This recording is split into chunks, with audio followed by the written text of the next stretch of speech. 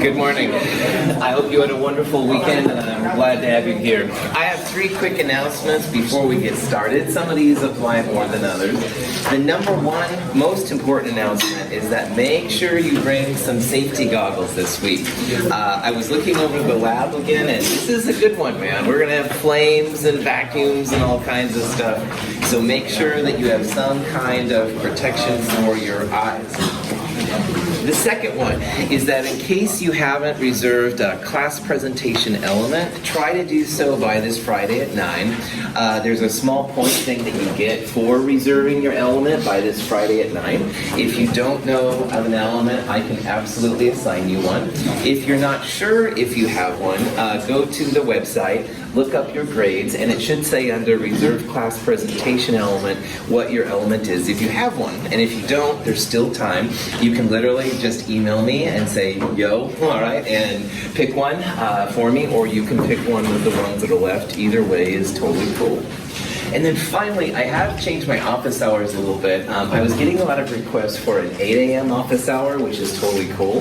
So now, Monday mornings at 8 o'clock, I'll have an office hour. My Wednesday at 11 o'clock is now by appointment only, so if someone's there, I will totally be there, but on the other hand, if no one's there, it's cool too. Any questions? Yeah? You still have office hours at 10 on Mondays or beyond? Absolutely, still at 10 o'clock, that's right. So like Monday before class, and now Monday after class, 10 to noon, I'll be there. And then Wednesday, it's Wednesday at 10 a.m. and noon officially, but there's some wiggle room. And good morning. Any questions on any of this kind of stuff? We left off on Friday on an important slide, so I want to backtrack just a little bit. We're going to talk a little bit about percents in this next section, and percents are always by mass. The easiest way to find the percent composition or percent of nitrogen, say, on the bottom, you take the molar mass of the compound. So this is nitrogen dioxide. If you add nitrogen, about 14, and oxygen, about 16 times 2, to better sig figs, you get 46.01 grams per mole. And that's the number that goes in the bottom. And then what you're looking at, the grams of it in the compound go on top. So you can see that in NO2 there's 1 nitrogen, so it's just 14.01.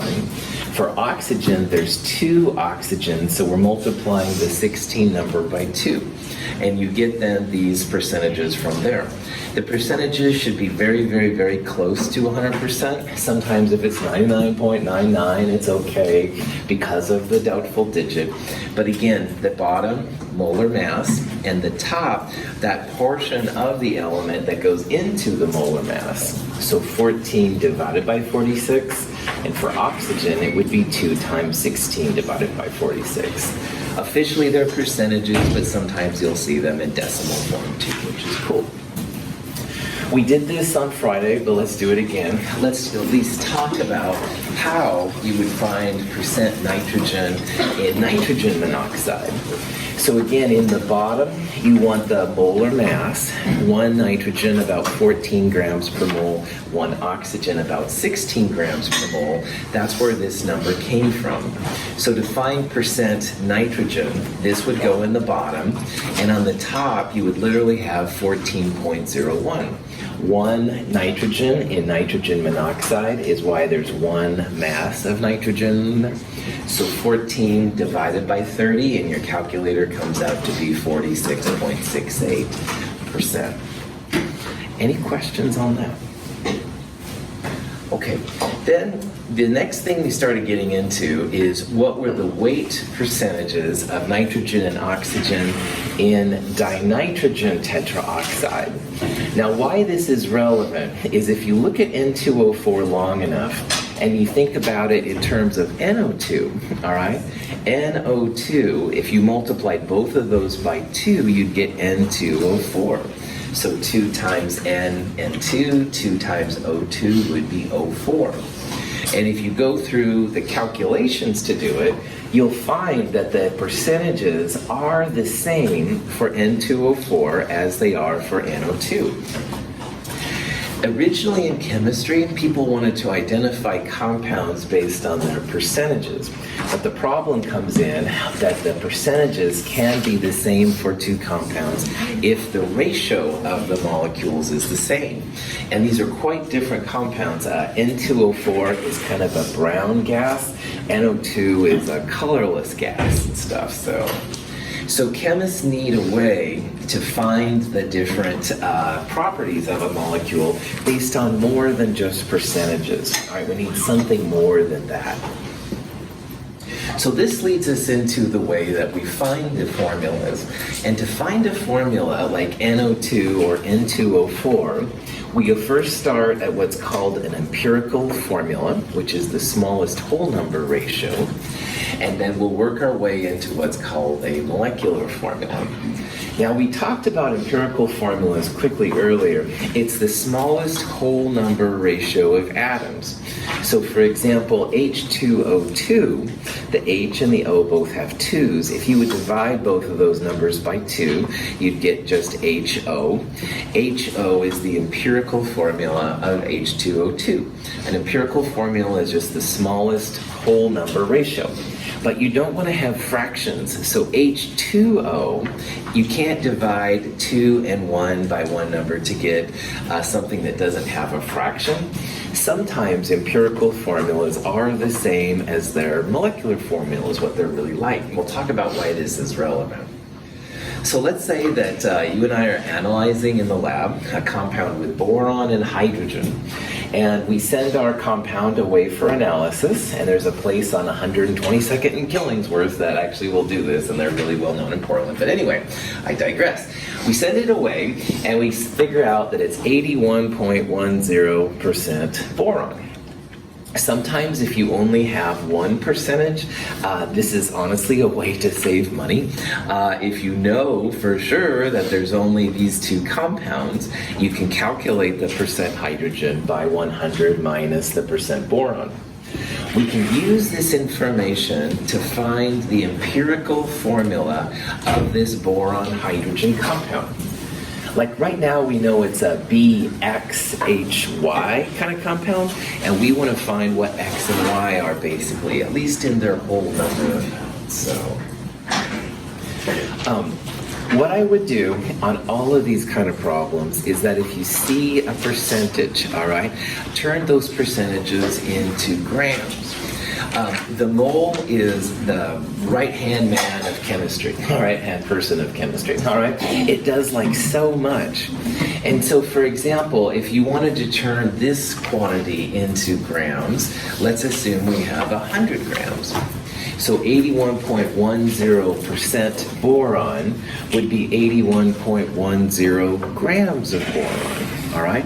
Now, Greg decides to use 0.8110 grams. That's cool too, all right? You don't have to use 100, but I like to think as little as possible. I know that seems weird, but lazy chemist. But anyway, so I just, turn this number into grams automatically, but you could use 0.8110 as well. And then, remembering what I said about moles, let's turn that number into moles of boron. So in the periodic table to 4 sig figs, boron is 10.81 grams. 4 sig figs goes forward, 7.502 moles of boron. Now, like I said, if there's only two percentages, 100 minus the first one will give you the percentage of the second one. So 18.90% hydrogen will become 18.90 grams of hydrogen. And again, dividing it by the molar mass of hydrogen on the periodic table, 18.75 moles of hydrogen is what we get out. And you're like, whoopee-doo, Russell, that looks really cool. But remembering, we're trying to find in this compound, the X and the Y, all right? And to a really rough version now, the X is 7.502, and the H is 18.75. And you're like, all right, cool, good. But none of the formulas we looked at in last week's nomenclature lab have weird decimals by them or 3/4 fractions or something like that. This is kind of a really, really rough formula, all right? And it's saying that for every 7.502 moles of boron, you're going to have 18.75 moles of hydrogen. But now that we have the rough version, we can clean this up. We want to get to whole numbers, all right? Falling apart. Anyway, we want to get to whole numbers of molecules. So what you want to do is take the bigger number and always divide it by the smaller one. So in this case, boron's moles is smaller. 7.502 is smaller than 18.75. So you can see what I kind of did right here. I divided both of these numbers by 7.502. That guarantees then that the first one is going to be just 1 mole, all right? And the second one, if you look at it, it's like 2.5 hydrogens for every 1 boron. So that's better, all right? Now I have a BH2.5, and that's looking more like one of the formulas we saw last week. But again, chemists you're gonna see really don't like using fractions if we can help it. So instead of 2.5 to 1, let's multiply it by 2, because 2.5 times 2 is 5. And if you do it to one side, you have to do it to the other. It's empirical formula, B2H5. So the smallest whole ratio of atoms in this formula is 2 borons to every 5 hydrogens. And again, what we did, we took one of these percentages and we just turned it into grams, all right? And I recommend using just 100 grams so you don't have to think, but whatever you want to do is fine. Turn those grams into moles. So if you take this number and divide it by boron's molar mass, you get this number. And the value for hydrogen, 18.9 whatever, divided by hydrogen's molar mass gave us this number. And that is a type of a formula, but you need to clean it up. So divide both of the numbers by the smallest one, so 7.502.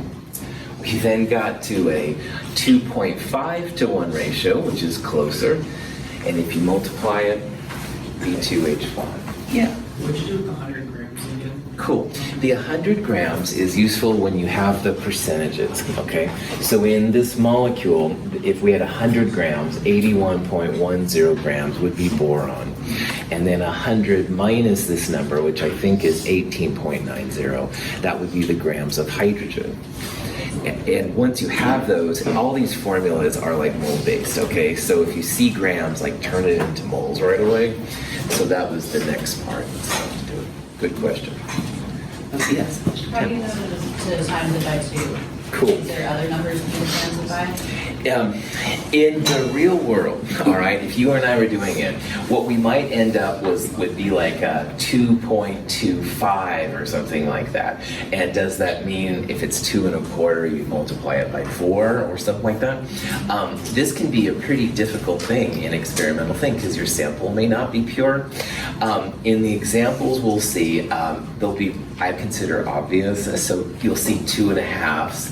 You might see 2.333, which would be 2 1/3, so you could multiply by 3, but nothing what I would consider to be crazy. In the real world, though, this is a big concern. The next step, when we take an empirical formula to a molecular formula, there is a way to kind of check and see if our answer made sense at this point. But absolutely, that's one of the questions that if you're the first person to analyze this substance, you've got to be very careful at this stage. Good question. Now, just because we have the empirical formula, that doesn't necessarily mean we have the molecular formula. So for example, going back to H2O and H2O2, at this point, if it was H2O, we would have a formula of H2O and we'd be good to go. All right, we know that our formula and stuff like that. On the other hand, if we had a compound like H2O2, then the empirical formula would be HO. And instead of B2H5, we'd see HO, and we'd be like, we're not sure if this is the actual compound. Also, what Tammy brought up is really important. This going from the raw numbers to whole numbers can be a little tricky, all right? So all of these things play out in the next part.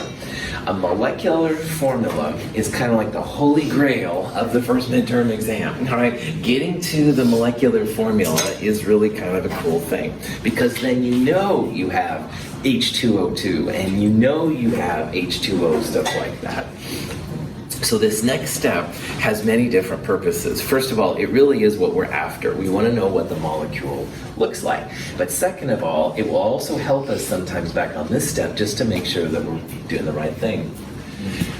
B2H5 is our empirical formula, and our molecular formula is going to be some combination of B2H5s. So the answer we're going to have on this next step, it could be B2H5, like H2O is the empirical formula and the molecular formula, but it could also be twice B2H5. It could be B4H10. Remember, with H2O2, our empirical formula would be HO, so HO twice would be H2O2. This answer right here would be saying like B2H5 taken twice. But it could also be taken 3 times, 4 times, 5 times, etc., etc. These boron compounds, as well as aluminum and gallium, they do some weird kind of bonding. I called them the twisted metals the other day, and there's a reason for it. They're never totally happy. We're going to talk more about what these arrows mean in a future lecture and stuff, but just realize that boron does some kind of interesting things. And what we need to do now is verify what the actual compound is. So let's say that we have an empirical formula, an EF of B2H5, and we want to know its molecular formula. It's not a very hard process. I think it takes more words to describe than it actually does. But what we need is we need the molar mass of the whole compound using a mass spectrometer. And this is kind of interesting. Let's say that Brooke brings me something that she finds in her grandfather's garage, and she's like, Russell, what is this? Well, I don't know, and I'm not going to taste it, that's for sure. So what I would have to do is 2 experiments. The first experiment would be to find the percentages. I could find out what elements were in there, maybe carbon and hydrogen, but no uranium, all right? The second thing, though, I'm going to do a second experiment, and I want just the molar mass of the compound. How many grams per mole are in the whole thing? The percentages will lead us to the empirical formula, to this B2H5 part. And from the B2H5 and the molar mass of the compound, we're going to find this molecular formula. So what you need to do to figure out the molecular formula is you need to find out how many grams per mole are in this thing right here, this empirical formula. So what you can do is you'd add up 2 borons and 5 hydrogens, figure out how many grams per mole that is, and what you're going to do is compare the whole molar mass of the whole thing, the compound, which you get from the mass spectrometer, divided by the molar mass of the empirical formula, this thing right here. And if you've done it right, the answer will always be a whole number. All right? So if you get a ratio of 1 or 2 or 3, good to go. If you get a ratio of like 1.3, this would be a time that, going back to Tammy's question, I would go back to the empirical formula calculation. Should we have multiplied by 2.5 or something like that? So it's kind of another way that you can check to make sure that your answers are right. If you don't get a whole number right here, then something is wrong with your empirical formula or your sample is contaminated, something like that. Let's look at an example of how this works, because it's actually easy, but there's a lot of words involved, man. Here's an example of a compound. We found its empirical formula to be CH2. And CH2 is actually a fairly common empirical formula in organic chemistry. So this information right here came from percentages. We then did a second experiment, and we found that the molar mass of the whole compound, 28.1 grams per mole. Remember, if you see the little -1 right there, that means like 1 over moles. So that's just a snobby way to write grams per mole, let's be honest. Anyway, we can use these 2 pieces of information now to find the molecular formula of the compound, the holy grail. What is it? Is it CH2? Is it C2H4? Is it C3H6? What combination of CH2s is this going to be?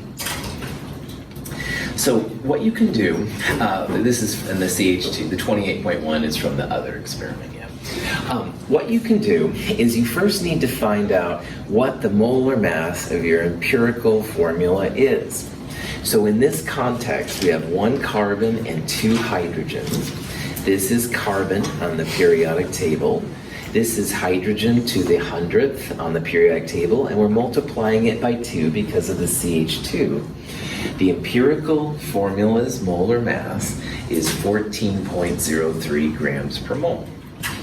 So the CH2 part has a molar mass of this part. This is the molar mass of the whole compound. If we've done it right, the whole compound divided by the empirical formula had better give us a whole number. If it doesn't, we have to go back and look at our data. In this problem, you can probably see 28.1 divided by 14.03 to 1 sig fig is a 2-to-1 ratio. That's the whole number we're looking for. And a 2-to-1 ratio right there means we need to have a 2 by the empirical formula. It's like 2 empirical formula units go into 1 molecular formula. So we take that CH2, we multiply it by 2, molecular formula, holy grail, C2H4.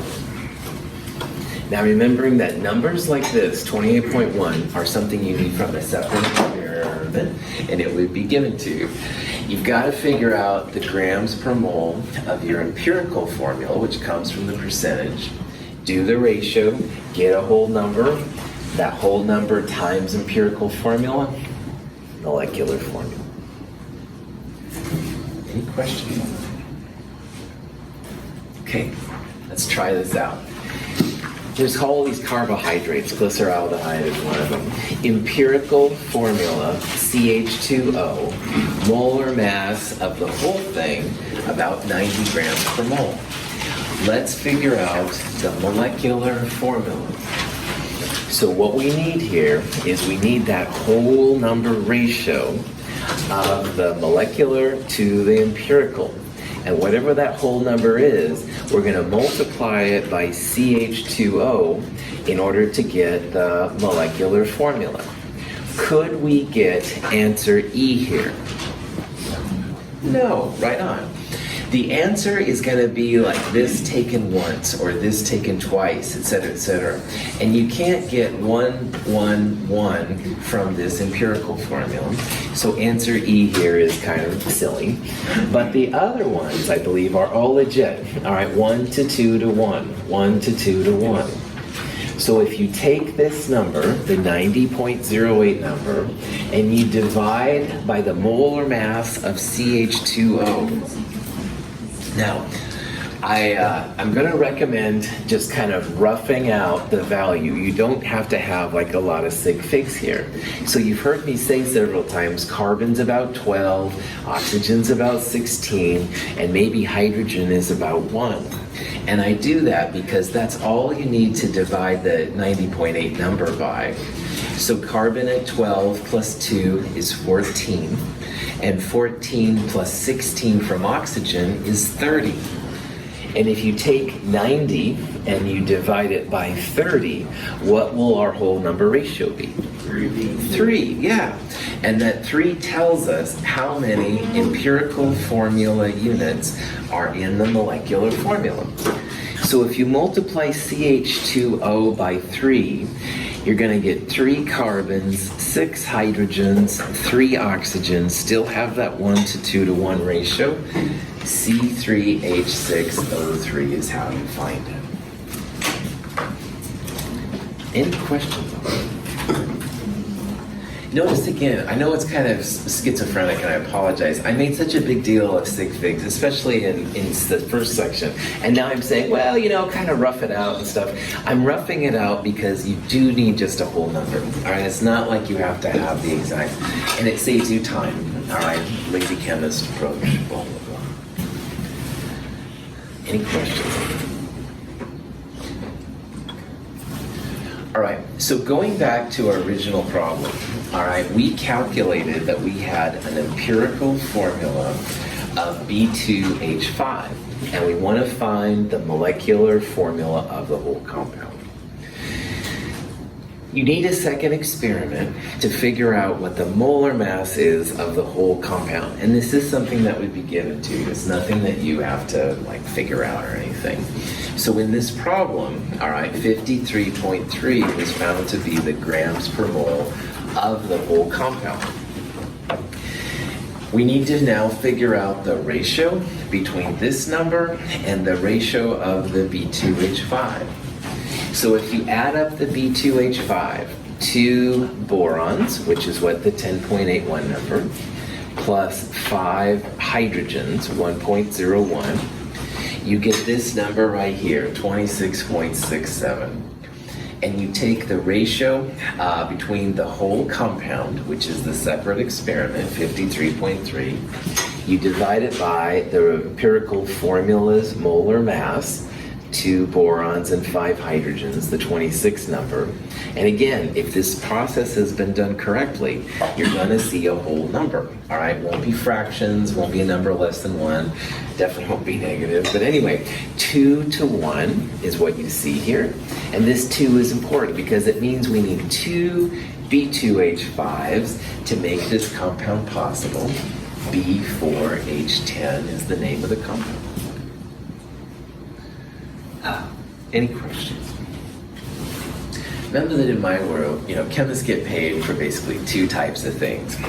Number 1, what is it? And number 2, how do you make it? All right. And what we're going through right now is what is it? How do you figure it out? And it's a 2-step process. All right. You need the percentages to find the empirical. Then you need a separate experiment to tell you the molar mass of the whole thing. But this is how you can tell the difference between N2O4 and NO2, for example. You'd send it through. In the NO2 example, it would be a 1-to-1 ratio. So your empirical formula of NO2 would also be NO2 for a molecular formula. But N2O4, you'd see a 2-to-1 ratio. So 2 times that NO2 would give you the N2O4. Questions? Okay. So again, just kind of to overview this process because it's kind of important. All right. First, what you want to do, turn your percentages into grams. All right. And I always use 100 grams because it's easy, but you can use any kind of ratio like that you want to. And once you have it in grams, turn it into moles right away. So the grams of boron we turned into moles of boron, and the grams of hydrogen we turned into moles of hydrogen. And then what you want to do is find the empirical formula. The bigger numbers were on the top, and you divide it by the smaller numbers. We automatically got 1-to-1 for boron, but hydrogen came out to be about 2.5 to 1. And then like we talked about over here, BH 2.5 is okay, but chemists really hate fractions, i.e. turn it into whole numbers, okay? So we multiplied everything through by 2 to get B2H5. And again, this is sometimes the part that can be a little nerve-wracking when you're the first chemist to look at compounds, but there's a way kind of to double check yourself at the end here. So B2H5 is the empirical formula, the smallest whole number ratio of atoms. And sometimes that's all you need. But to really knock this in, to really nail the coffin shut, we need to find that molecular formula. And to do that, we need a separate experiment. We need this number, the molar mass of the whole compound. That little silly box that's about $50,000 I was babbling about the other day, that would be the kind of box where you could figure out this kind of stuff easy, all right? It would plug it in, a number would spit out once you can read it and stuff that gives you that number. And you compare that number to the ratio, to the molar mass of the empirical formula. So 2 borons plus 5 hydrogens came out to be this number. This number, this ratio has to be a whole number. Your answer is going to be some combination of B2H5. So it could be B2H5, B4H10, B6H15, etc. And because it was 2-to-1, taking the empirical formula twice, B4H10, home joy. Any questions? there's a lot of compounds in organic chemistry with very similar formulas. Like we saw the CH2O earlier, there's lots of those. There's also lots of CH2s and even some CHs. And so these processes become really important.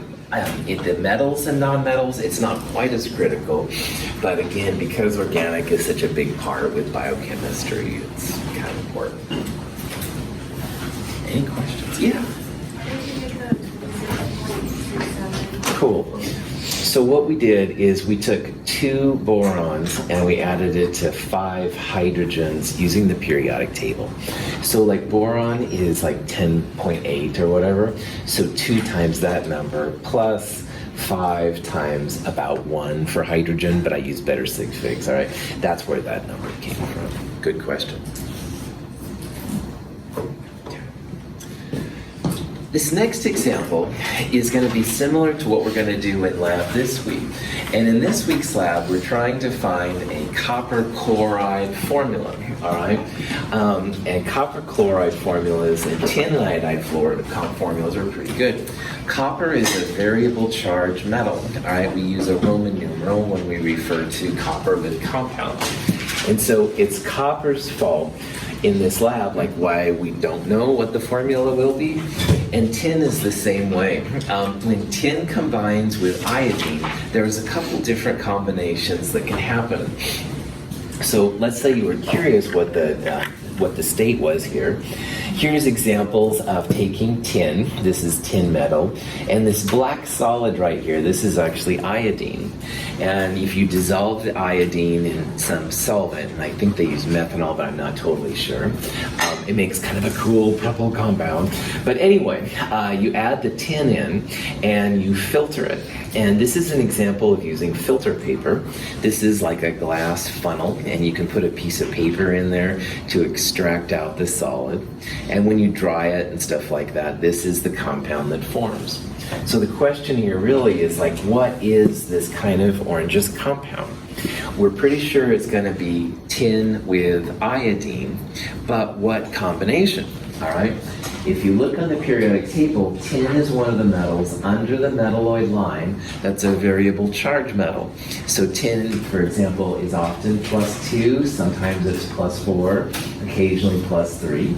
If we would have been using magnesium, we would have known it was always +2. And so magnesium and iodine would always be MgI2, magnesium iodide. But with tin, like copper in this week's lab, who knows, man, all over the place. But thank heavens for math and experiments. Woohoo! Anyway, trying to get excited here, but my caffeine is not quite kicking in. Notice here what we've got. We've got some tin metal at the beginning.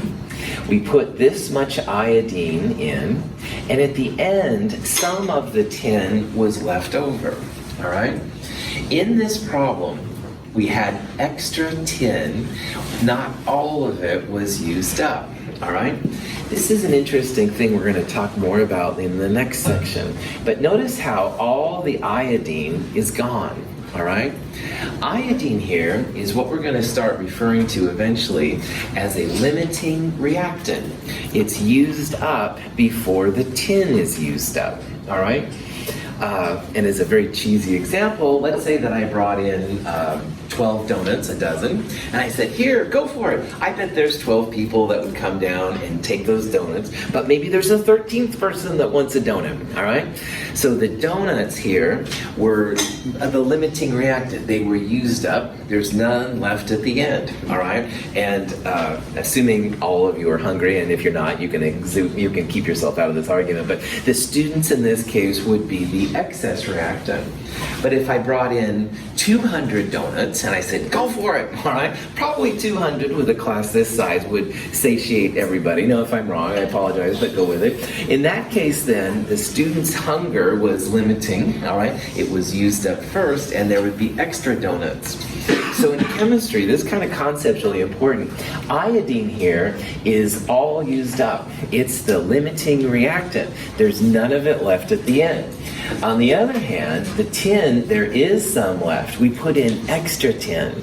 So when we're going to do our calculations, we want just the tin that was used up, all right? Beginning minus end. We don't want this amount of tin in. That, in theory, we could recycle and use in another experiment. We'll talk more about limiting reactants, but it's an important concept when it comes to chemistry, and sometimes being able to predict how much of things you can make, you've got to know about this limiting reactant. Anyway, questions on that stuff before we go on? Okay, so back to your regular scheduled programming. All of this iodine was used, and this number minus this number is going to tell us the grams of tin that were used. And from those 2 grams, we'll turn them into moles, compare the moles in a formula. Good to go. So, 1.947 grams of iodine completely used up. By the way, iodine is one of the 7 diatomics. Have no fear of ice, clear, brew, or whatever kind of version you want to use. These 7 are going to be super, super important to us coming up. So maybe make sure that you know these for this week's quiz. Oh, sorry, I'm coughing, it's cold. No, I'm trying to give you a hint. All right, good. All right, pop that back on. Wow, I'm kind of all over the place this morning. Iodine here is listed as I2 because it's one of the 7, all right? If its element is not one of these 7, then you list it by itself. So it's not SN2. SN is not one of the diatomics, all right? But iodine would be I2, bromine would be Br2, etc., etc. So we need to figure out the amount of tin that was used up in the reaction. So if you take the before and after, the difference is what we want. That 0.455 grams, that's the amount of tin that was used up when this amount of iodine was used up. So now we've got the grams of tin that were used, and we've got the grams that were iodine that were used. Let's convert it into moles. And like I said in this section, basically, if you see grams, you probably want to turn it into moles right away. So if you look on the periodic table, tin is 118.7 grams per mole. Grams divided by grams cancel out. 3.83 times 10 to the minus 3 moles of tin. Any questions so far on this process? The iodine, there's one little twist because of the diatomics. Now, iodine as I2 is the elemental version. When you have pure iodine, it comes as I2. But in a compound, so for example, tin and iodine, or carbon with iodine, or sodium with iodine, you don't want to think about I2s, you want to think about individual I's. So notice here what I did. I took the grams, I turned it into moles of I2, and I'm now going to take the moles of I2 and turn it into just I's.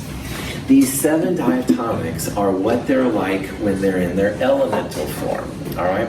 When you buy iodine from a maker, it comes as I2.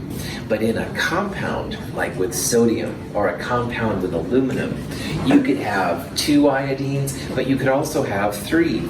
And you could have 1 iodine, and you could have 4. So in a compound, you've got to get out of the elemental version and turn it into the regular individual version. So I'm multiplying by 2 here to get into just the I atoms, not the I2 pieces that come together. That's why these 7 are weird. All right, people will forget that there's 2 of them, and it can cause some weirdness. So, okay. But anyway, now that you've got moles of tin and you have moles of just I, you want to find a ratio. We're kind of after an empirical formula here, all right? And when you look at these numbers, you want the bigger number on the top and the smaller number on the bottom. Now, these are powers of 10, 10 to the minus 3, 10 to the minus 2. Is 10 to the minus 3 bigger or smaller than 10 to the minus 2? Smaller, right on. It's easy to get the positive versions confused with the 10 to the minus versions. A 10 to the positive 3 is bigger than 10 to the positive 2, but a 10 to the minus 3 is smaller than 10 to the minus 2. So keep that in the back of your mind. This number will go on the bottom. This number will go on the top. Prof add off. You can't remember which one is bigger and smaller. Let the calculator do the heavy work, man. If you get a number larger than 1, you've done it right. If you get a number that's smaller than 1, you need to go back and flip them. Prof add back on. So the ratio of those two comes out to be 4.01 divided by 1, because this number divided by itself is 1. This is awfully close to 4 to 1, so we have a good whole number ratio here of pieces. This compound, empirical formula, SNI4. This is a positive 410. Iodide is negative 1.